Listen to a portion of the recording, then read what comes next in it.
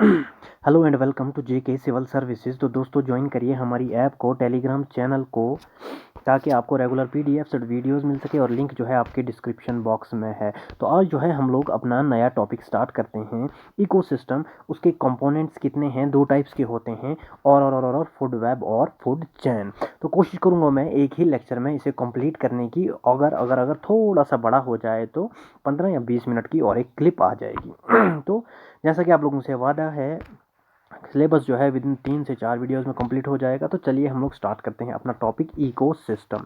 Ecosystem से पहले हम लोग थोड़ा जान लेते हैं एनवायरनमेंट क्या होता है। एनवायरनमेंट जो है, एनवायरनमेंट फ्रेंच वर्ड से लिया गया है। फ्रेंच वर्ड में से भी कौन सा? एनवायरोनर से। और एनवायरोनर से लिया गया है एनवायरनमेंट का वर्ड। और हमारे यहाँ जो एनवायरनमेंट की डेफिनेशन चलती है वो चलती है एनवायरमेंटल प्रोटेक्शन एक्ट 1986 की। और जिसके अकॉर्डिंग एनवायरनमेंट होता क्या है, एनवायरनमेंट में हर एक चीज़ जो आपके सराउंडिंग में है वो एनवायरनमेंट में आ जाती है। लाइक वाटर है, एयर है, उसके बाद लैंड है, और बहुत सारी चीज़ें, जितनी भी चीज़ें आपको आपके सराउंडिंग में दिखेंगी, वो हर एक चीज़ आपके एनवायरनमेंट में आ जाती है। याद रखने वाली बात एक ही है, एनवायरमेंटल प्रोटेक्शन एक्ट 1986 की डेफिनेशन चलती है। और word environment is derived from the word French word से लिया गया है, एनवायरोनर से। तो चलिए हम लोग बात करते हैं इकोसिस्टम की। इकोसिस्टम जो है, इसी को हम लोग इकोलॉजिकल सिस्टम भी कहते हैं। इकोसिस्टम शॉर्ट फॉर्म है, और इको का पूरा मीनिंग जो है इकोलॉजिकल है।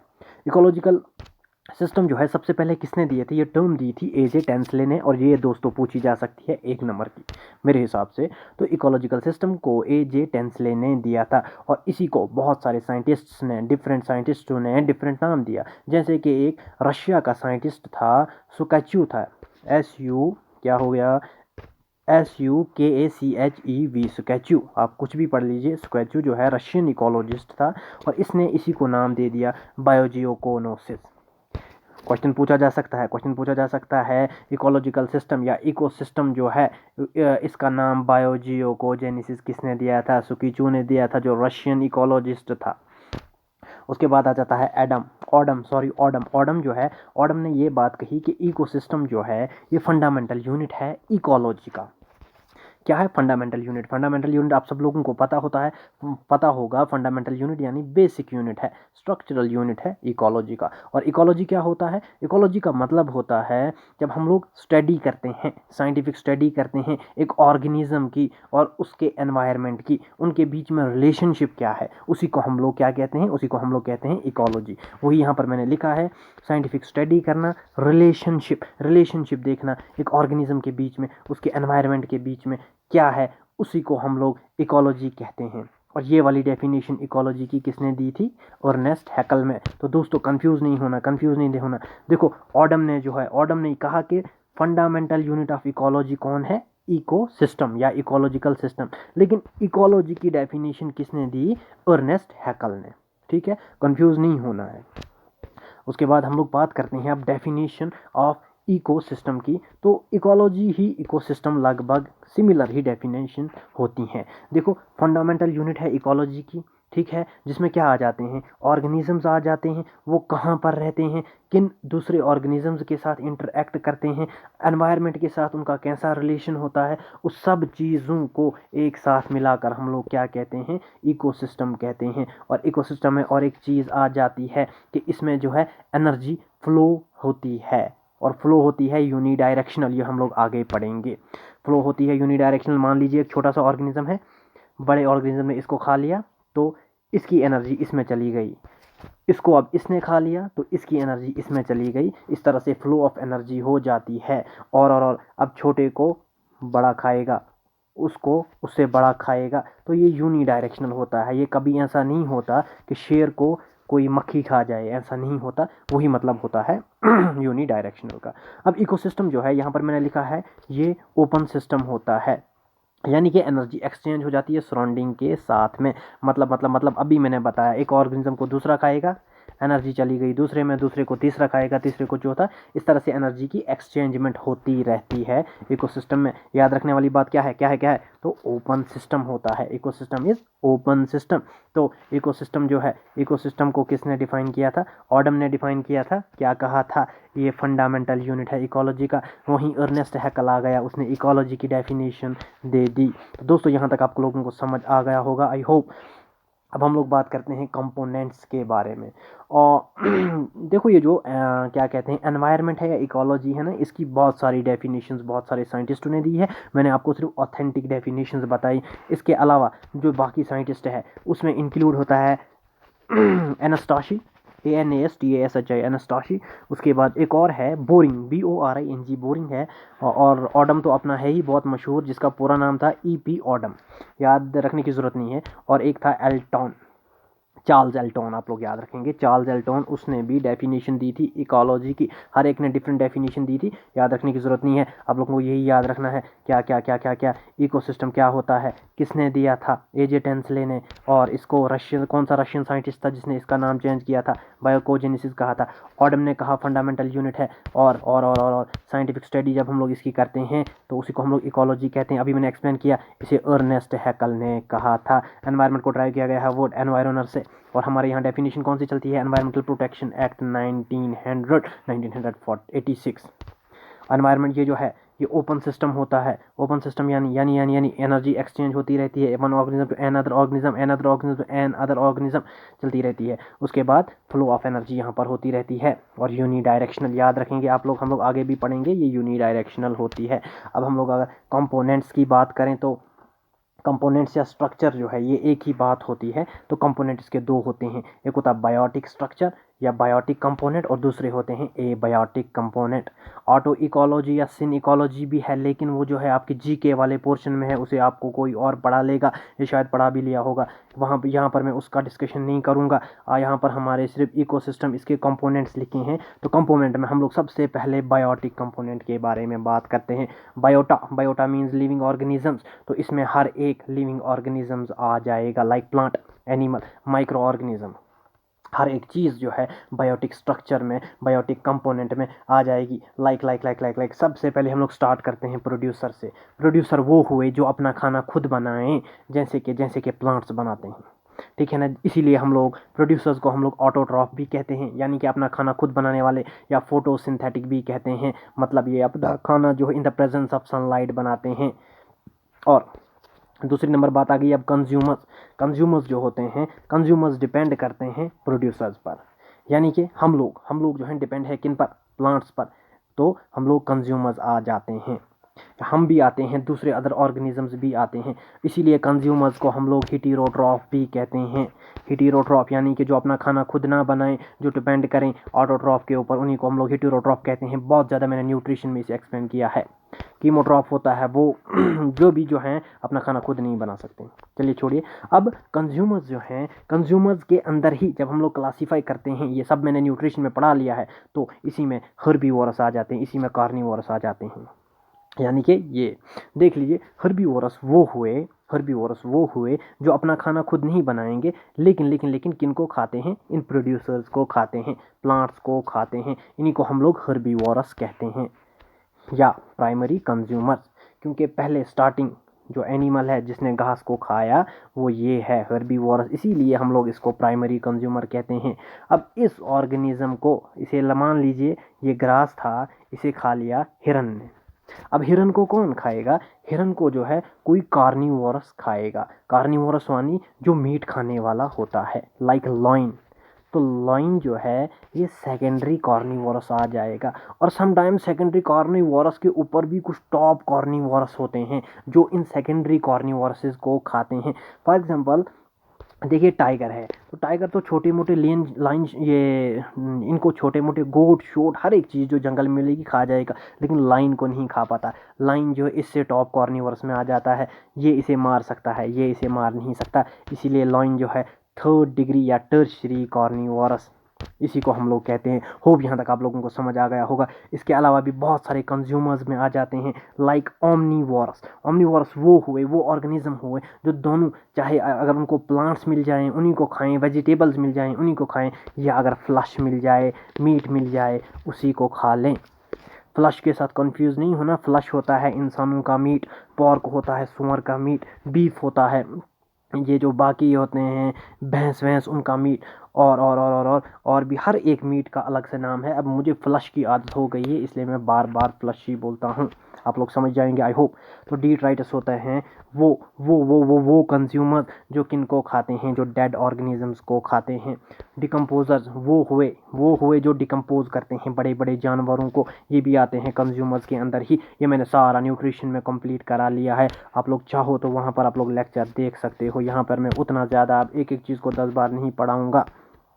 अब हम लोग बात करेंगे एबायोटिक स्ट्रक्चर के बारे में। देख लीजिए ए, यहाँ पर भी जहाँ पर भी ए हो, ए मीन्स एब्सेंट, ए मीन्स एब्सेंस, यानी कि प्रेजेंट नहीं है। यहाँ पर लिविंग ऑर्गेनिजम्स प्रेजेंट नहीं है। एक्चुअली हम लोग जो हैं, हम लोग एबायोटिक स्ट्रक्चर या एबायोटिक कंपोनेंट में हम लोग बात करते हैं एनवायरनमेंट का, जो फिजिकल फैक्टर्स होते हैं, जो एनवायरनमेंट के केमिकल फैक्टर्स होते हैं जिनसे इफ़ेक्ट पड़ता है एनवायरनमेंट को, उसी को हम लोग कहते हैं एबायोटिक कंपोनेंट्स और स्ट्रक्चरल, फिजिकल और केमिकल फैक्टर्स कहते हैं। अब हम लोग चलते हैं, चलिए फिजिकल फैक्टर्स की तरफ। तो फिजिकल फैक्टर्स जो हैं एनवायरनमेंट में कौन कौन सा होता है, खुद सोचिए, सोचने वाली बात है। सनलाइट ऊपर से आती है, टेम्परेचर जो है, रेनफॉल जो है, पानी जो है, ये हर एक चीज़ फिजिकल में आता है। और केमिकल में आते हैं न्यूट्रेंट्स जिनकी ज़रूरत पड़ती है सॉइल को। चलिए थोड़ा एलाबरेट, एक एग्जांपल को मैं एलाबरेट करके बताता हूँ। Let's take rainfall. देख लीजिए जिस भी इलाके में, जिस भी एनवायरनमेंट में रेनफॉल जो है कम होगी तो धीरे धीरे जो है वो डेजर्ट बनना शुरू हो जाता है। Thar desert, Sahara desert, different types of desert है। कुछ गर्म डेजर्ट होते हैं, कुछ कोल्ड डेजर्ट होते हैं, जैसे कि गोबी डेजर्ट है, शायद चाइना में है। तो जहाँ पर रेनफॉल कम होगी वहाँ पर धीरे धीरे डेजर्ट बनता जाएगा, और जहाँ पर रेनफॉल जो है ज़्यादा होगी वहाँ पर ग्रीन लैंड होगी। ठीक है ना। तो यही कहने का मतलब है कि फिजिकल फैक्टर्स का क्या इम्पैक्ट पड़ता है, आपकी सोचने वाली बात है। देख लीजिए कोई भी सा भी आप पकड़ लीजिए, जैसे कि वाटर है, जहाँ पर वाटर अच्छा खासा होगा वहाँ पर ये ऑर्गेनिजम्स भी अच्छे खासे पाए जाएंगे, वहीं पर प्रोड्यूसर्स भी अच्छे खासे बनेंगे, यानी कि प्लांट्स भी अपने आप को अच्छी तरह से डेवलप कर पाएंगे। उनको फिर कंज्यूमर्स खाएंगे, कंज्यूमर्स को वो टॉप कार्निवोरस खाएंगे। इस तरह से आसानी होती है। तो फैक्टर्स आप, आई होप आपको फिजिकल का समझ आ गया होगा। अब हम लोग केमिकल की बात करते हैं। देख लीजिए मैंने न्यूट्रेंट में भी बताया था, हमारी अर्थ को भी बहुत सारे, हमारी अर्थ जो है, जो सॉयल होती है, मिट्टी होती है, इसके अंदर जो है न्यूट्रेंट्स की ज़रूरत पड़ती है। इंपॉर्टेंट न्यूट्रेंट NPK याद रखेंगे, नाइट्रोजन, फॉस्फोरस एंड पोटेशियम। ये क्रिटिकल एलिमेंट्स भी इनको हम लोग कहते हैं। इसको मैंने न्यूट्रिशन में काफ़ी ज़्यादा डेप्थ में डिफाइन किया है, रोल ऑफ एलिमेंट्स में। तो क्या हो जाता है, जब समटाइम ये जो है इनकी डेफिशिएंसी हो जाती है ना सॉइल में, तो सॉइल फर्टाइल नहीं रहती, सॉइल जरखेज़ नहीं रहती, तो फसल अच्छी नहीं बन पाती। हमारे एनवायरनमेंट पर इम्पैक्ट पड़ेगा, क्योंकि घास खाने वालों को घास नहीं मिलेगा तो वो कमज़ोर हो जाएंगे। अब जो उनको खाने वाले हैं उनको भी अच्छे से एनर्जी नहीं मिलेगी। इसी तरह से केमिकल फैक्टर्स की वजह से भी बहुत ज़्यादा इम्पैक्ट पड़ता है इकोसिस्टम पर या एनवायरनमेंट पर। तो कुछ छोटा तो नहीं देख लेते हैं, नहीं। तो चलिए अब हम लोग जानेंगे फंक्शंस के बारे में। फंक्शन क्या है इकोसिस्टम का? 2-3 फंक्शन है, इजी फंक्शन है। पहली नंबर बात तो ये लॉजिस्टिक यूनिट है। लॉजिस्टिक यूनिट ये आपको पूछा जा सकता है, इकोसिस्टम कौन सा यूनिट है, ऑप्शन दिए होंगे, आपने टिक मारना है लॉजिस्टिक यूनिट पर और आपका 1 नंबर जो है सिक्योर हो जाएगा।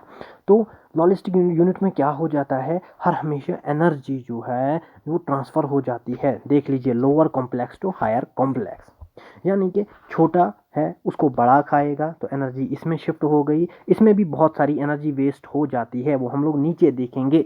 तो सिर्फ 9-10% बच जाती है, एनर्जी शिफ्ट होती है, 90% की वेस्टेज हो जाती है, हम लोग वो नीचे देखेंगे। फिलहाल आप यहाँ पर समझ लीजिए मोटा। तो छोटे को बड़े ने खाया, बड़े को उससे बड़े ने खाया, तो लोअर कॉम्प्लेक्स से हायर कॉम्प्लेक्स की तरफ जो है, मानी कि ये सिंपल ऑर्गेनिज्म था, यहाँ पर हायर कॉम्प्लेक्स ऑर्गेनिज्म था, एनर्जी शिफ्ट हो रही है, ट्रांसफ़र हो रही है लेसर कॉम्प्लेक्स से हायर कॉम्प्लेक्स की तरफ। और किस प्रोसेस से? सक्सेशन के प्रोसेस से। तो दोस्तों सक्सेशन जो है आपके सिलेबस में नहीं लिखा है, अगर पढ़ना होगा आप लोग कमेंट करेंगे, वैसे मेरे हिसाब से ज़रूरत नहीं है क्योंकि 1 नंबर में JK SSB कितना भी पूछेगा। सक्सेशन थोड़ा सा डिफाइन कर लेता हूँ। सक्सेशन क्या हो जाता है ना, ये जो इकोसिस्टम होता है, ये जो एनवायरनमेंट होता है, तो इसमें क्या हो जाता है, सम टाइम इसमें पूरी की पूरी कम्युनिटी चेंज हो जाती है। यानी कि इसमें जो ऑर्गेनिज्म रहते हैं और उसके सराउंडिंग जो एनवायरनमेंट है, with the passage of time जो है चेंजिंग आ जाती है उस कम्युनिटी को, उसी को हम लोग इकोलॉजिकल सक्सेशन कहते हैं। Change in community is called ecological succession. इसी को हम लोग क्लाइमैक्स भी कहते हैं। जब स्टार्टिंग में होती है पीनर क्लाइमिटी, उसके बाद ये काफ़ी फिर डेप्थ में हो जाएगा, तो आप लोग कमेंट करेंगे, वैसे ज़रूरी नहीं है। उसके बाद हम लोग बात करेंगे थर्ड फंक्शन की, तो इसमें flow of energy plus cycling of nutrients. Flow of energy मैंने बता दिया, एनर्जी फ्लो करती है एक से दूसरे, दूसरे से तीसरे के लिए, और ये यूनिडायरेक्शनल होती है, ठीक है ना, क्योंकि शेर तो मक्खी को खाएगा नहीं, मक्खी को दूसरा ऑर्गेनिज्म खाएगा, उससे बड़ा, उसको उससे बड़ा, तो एक ही डायरेक्शन में चलता जाएगा। तो यहाँ पर वही लिखा है, थ्रू फूड चेन यूनिडायरेक्शनल होती है। वही जब हम लोग चेन जो है, फूड चेन हमने नीचे पढ़ना ही है, तो मान लीजिए एक को दूसरा, दूसरे को तीसरा खाएगा, तो एक चेन जैसी बन जाती है, इसी को हम लोग फूड चेन कहते हैं, और इसमें यूनिडायरेक्शनल जो है फ्लो ऑफ एनर्जी हो जाता है। हाउ एवर जो मैंने न्यूट्रेंट्स बोले, जो मैंने न्यूट्रेंट्स ऊपर भी बोले, जो मैंने एलिमेंट्स कुछ बताएं, इनका सर्कुलर फ्लो होता है। चलिए इसको थोड़ा एक्सप्लेन करते हैं। सर्कुलर फ्लो कहने का मतलब है, देख लीजिए एटमॉस्फेयर में नाइट्रोजन है, बहुत पहले भी मैंने ये एक्सप्लेन किया है। अब कुछ ऑर्गेनिज्म जो हैं, जो प्लांट के नीचे होते हैं, क्योंकि हमारे प्लांट नाइट्रोजन को डायरेक्ट एटमॉस्फेयर से ऑब्टेन नहीं कर पाते, तो क्या करते हैं, यही जो है एटमॉस्फेरिक नाइट्रोजन को कन्वर्ट करते हैं। ठीक है, चला गया सॉइल के अंदर, उसके बाद प्लांट्स ने यूज़ किया, उसके बाद और भी कुछ ऑर्गेनिजम्स होते हैं जो उस सॉइल वाले नाइट्रोजन को कन्वर्ट करते हैं फिर से एटमॉस्फेरिक नाइट्रोजन में। तो इस तरह से ये साइकिल चलता रहता है, नाइट्रोजन ख़त्म नहीं होता, कभी एटमॉस्फेयर से नीचे ज़मीन के अंदर, कभी ज़मीन से ऊपर एटमॉस्फेयर की तरफ। तो इसका सर्कुलर फ्लो जो है होता रहता है। इन न्यूट्रिएंट्स NPK का सर्कुलर फ्लो, ये सर्कुलर फ्लो होता रहता है। आप लोग याद रखेंगे, न्यूट्रिएंट्स का फ्लो सर्कुलर होता है। हाउएवर फूड चेन जो होती है ये यूनिडायरेक्शनल होती है, यानी कि एनर्जी को हम लोग बार बार यूज़ नहीं कर सकते। एक बार इसने इसको यूज़ कर लिया, अब इसकी एनर्जी को ये यूज़ नहीं कर सकता, हाथी की एनर्जी को मक्खी यूज़ नहीं कर सकती। मैं ये बड़ी बड़ी एग्जांपल जैसी दे देता हूँ सिर्फ आपको समझाने के लिए। अब हम लोग बात करेंगे, ये जो फ्लो ऑफ एनर्जी जो होती है, ये 2 लॉ ऑफ थर्मोडाइनमिक्स के ऊपर बेस है, क्योंकि ये आपने बचपन से ही पढ़ लिया होगा। देखो थर्मोडाइनमिक के लॉज क्या क्या हैं, एक तो फर्स्ट लॉ है, एक तो सेकंड लॉ है। तो इकोसिस्टम जो है किसके ऊपर बेस है, या फ्लो ऑफ एनर्जी जो है, ये 2 लॉ के ऊपर। Flow of energy is based upon 2 law. एक तो फर्स्ट लॉ के ऊपर, जो हम लोग सब लोग जानते हैं। फर्स्ट लॉ क्या कहता है, एनर्जी को ना तो हम लोग बना सकते हैं, ना तो हम लोग डिस्ट्रॉय कर सकते हैं। हाँ, हम लोग इसको शिफ्ट कर सकते हैं एक फॉर्म से दूसरी फॉर्म के लिए। एग्जाम्पल के दौरान भी समझेंगे, फिलहाल मैं डिफाइन को थोड़ा एक्सप्लेन करता हूँ। देख लीजिए, एनर्जी को हम लोग क्रिएट नहीं कर सकते, ना तो डिस्ट्रॉय कर सकते हैं, हाँ लेकिन कन्वर्ट कर सकते हैं एक फॉर्म से दूसरी फॉर्म में इजीली। फॉर एग्जांपल, अब हम लोग इसी इकोसिस्टम में समझने के लिए, मान लीजिए एक प्लांट है, इसके ऊपर एक लीफ है, एक पत्ता है, तो सनलाइट पड़ रही है, ठीक है ना, क्लोरोफिल के ऊपर वो ग्रीन कलर पिगमेंट जो बन जाते हैं, तो इसने प्लांट ने एनर्जी ऑब्टेन कर ली सन से। अब ये एनर्जी को अब ये कन्वर्ट करेगा अपने उस फॉर्म की एनर्जी में जिसमें ये यूटिलाइज कर पाए, जिसे हम लोग बायोकेमिकल एनर्जी भी कहते हैं, ठीक है ना। मिल गई प्लांट को एनर्जी। अब ये जो प्लांट है, इस प्लांट को कोई ऑर्गेनिज्म खाएगा, ठीक है ना, इसने इसको खा लिया, प्लांट को इसने खा लिया। अब यही एनर्जी जो है ये शिफ्ट हो गई कंज्यूमर के अंदर, तो ख़त्म नहीं हुई, ना ही नई बनी। लाई कहाँ से, सोलर से, क्योंकि सोलर एनर्जी जो है, सन की energy ultimate source of energy है। वहाँ से प्लांट ने लाई, प्लांट ने अपने अंदर कन्वर्ट कर लिया जिसमें वे इस्तेमाल कर सके। बाद में प्लांट को कंज्यूमर ने, किसी ऑर्गेनिज्म ने खा लिया और वो उसमें एनर्जी चली गई।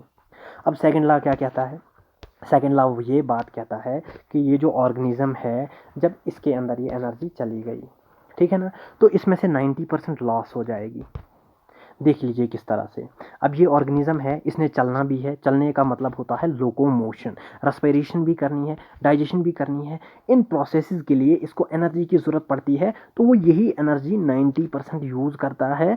और जो 10% बच जाती है, कोई बड़ा ऑर्गेनिज्म अगर इसको खा लेना तो सिर्फ यही 10% एनर्जी इस वाले में शिफ्ट हो जाती है।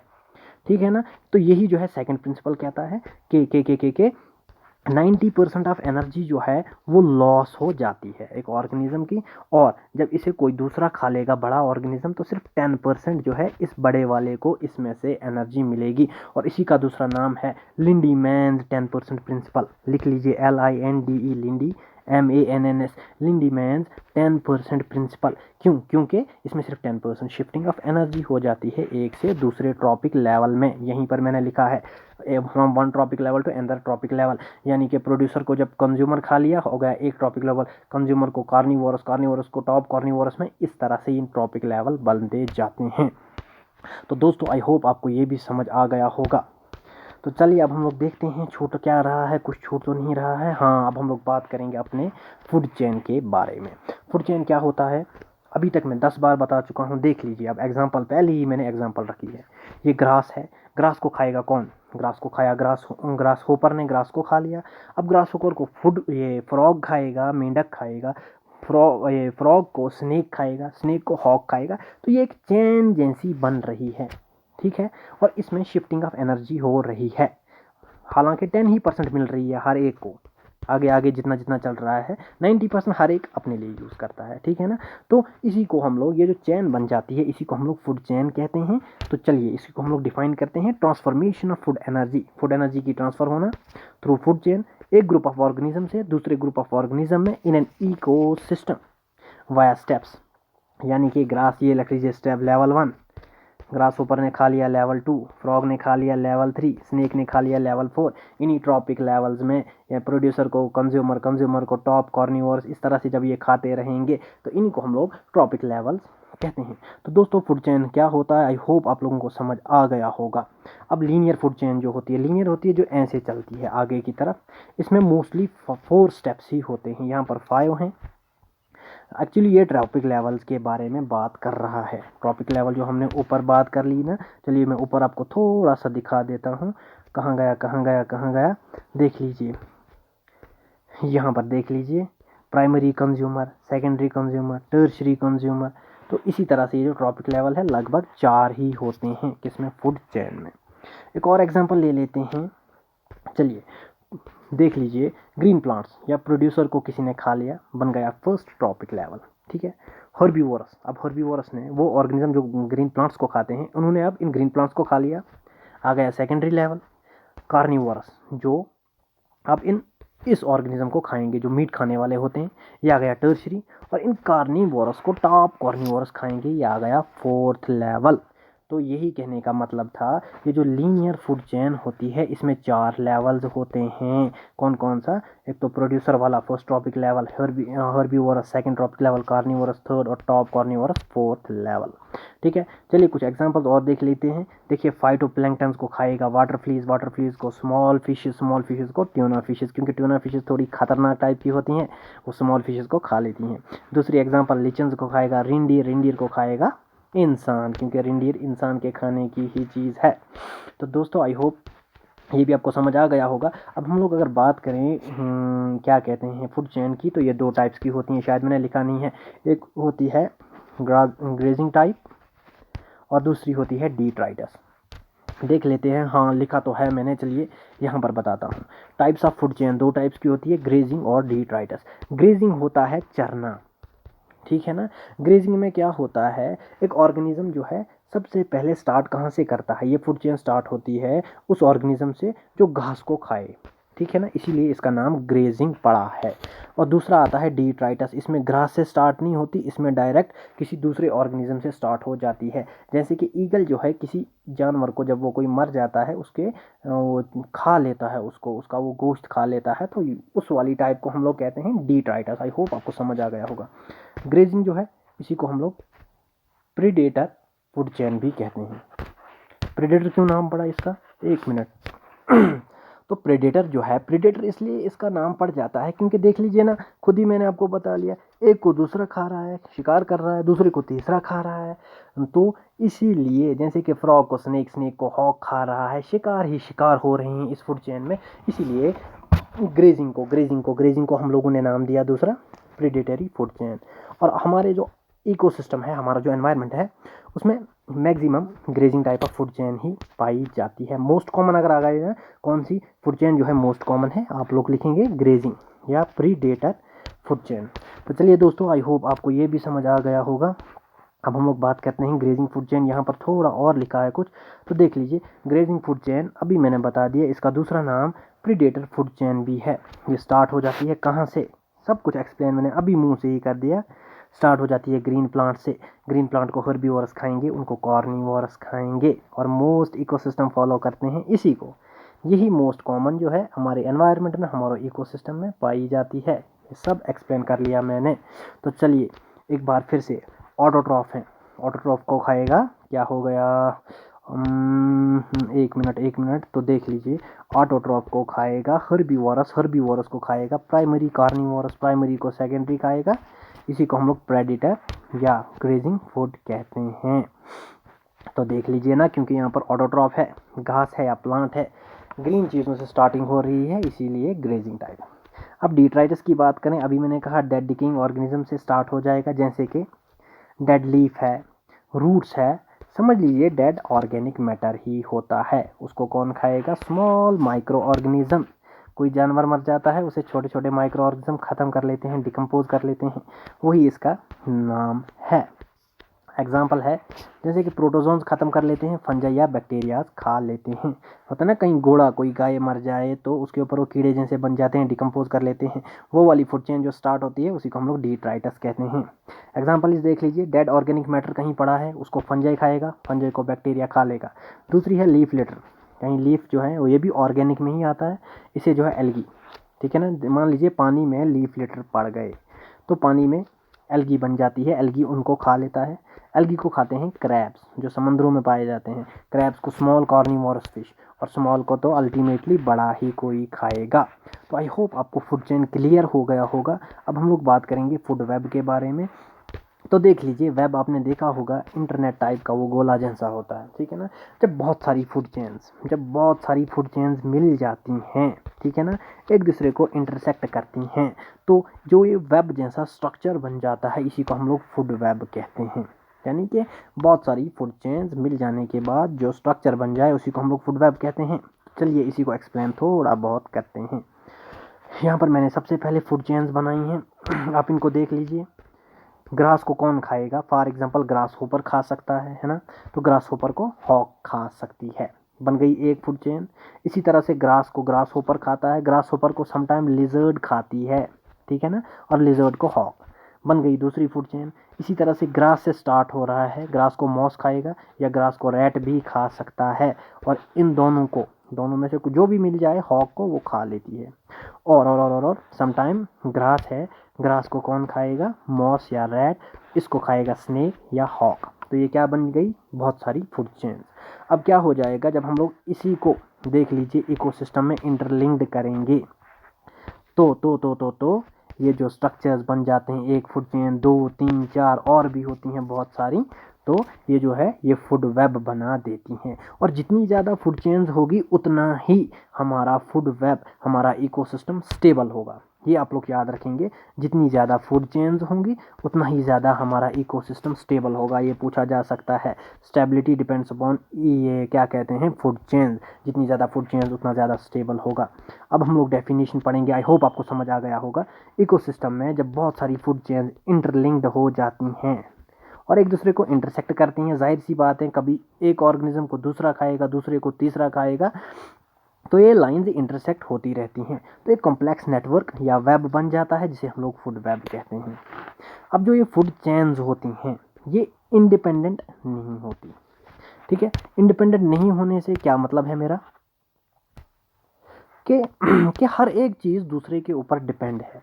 मान लीजिए ग्रास है, तो ग्रास को ग्रास होपर ही खा सकता है, ग्रास को डायरेक्ट हॉक नहीं खा सकती, ठीक है ना। तो हम लोग डायरेक्ट फूड चेन में छलांग नहीं मार सकते, सीक्वेंस वाइज चलना पड़ता है। इसीलिए कहते हैं फूड चेन्स जो हैं इंडिपेंडेंट नहीं होती। मैंने क्रॉस मारा है, आप लोग याद रखेंगे। और जो मैंने अभी बता दिया, स्टेबिलिटी जो है इंक्रीज हो जाती है उतना ही जितनी ज़्यादा पाथवेज बढ़ती जाती हैं। पाथवेज यानी रास्ते, यानी फूड चेन्स बढ़ती जाती हैं। तो आई होप आप लोगों को ये लेक्चर जो है अच्छा लगा होगा। और फॉर पीडीएफ जिनको जेके सिविल सर्विसेज में नहीं मिल पाती, तो ये मेरा टेलीग्राम का चैनल है, साइंस कॉन्सेप्ट लिख लें टेलीग्राम पे, या @साइंस कॉन्सेप्ट्स बेसिक, या बेसिक साइंस कॉन्सेप्ट्स, ये लोगो होगा, वहाँ पर मिल जाएगी आपको ये पीडीएफ भी। हर एक पीडीएफ भी 3-4 वीडियोस में आपका ये सिलेबस मेरा हिसाब से बायोलॉजी का कंप्लीट हो जाएगा। और जो थोड़ा बहुत मतलब मेरे हिसाब से जो कुछ थोड़ा डेप्थ में भी पढ़ाना होगा, तो उसको हम लोग एमसीक्यूज के द्वारा कवर कर लेंगे। तो ठीक है दोस्तों, ओके, बाय बाय बाय, अल्लाह हाफिज़।